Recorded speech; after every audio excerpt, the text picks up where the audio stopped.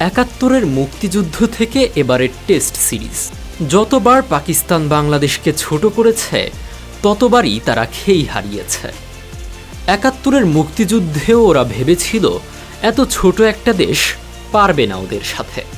এই ভাবনা ওদের শেষমেশ নাকানি চুবানি খাইয়েছে। একবার বাংলাদেশকে ছোট ভেবে ওদের শিক্ষা হয়নি, তাই বাংলাদেশের সাথে টেস্টের মাঝেও ওদের দেশের সালমান বলেছেন, বাংলাদেশ যদি 70-75 ওভারে 260-70 রানের লক্ষ্য দেয় পাকিস্তানকে, তাহলে তারা সেটা তাড়া করে জিততে নামবে।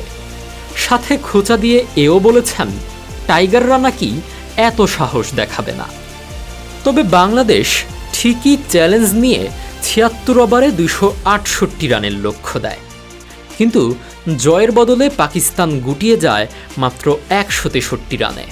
প্রথম ওভারে তাসকিনের আঘাতের পর নাহিদ রানার গতির সামনে অসহায় হয়ে পড়ে তারা। নাহিদ একাই নেন 5 উইকেট। আবদুল্লাহর 66 রান ছাড়া কেউই দাঁড়াতে পারেনি। সাউথ শাকিলের দলকে 104 রানে হারিয়ে ঘরের মাঠে ঐতিহাসিক জয় তুলে নেয় শান্তর দল। আবারও পাকিস্তান টের পেল বাংলাদেশকে কখনোই ছোট করে দেখতে নেই।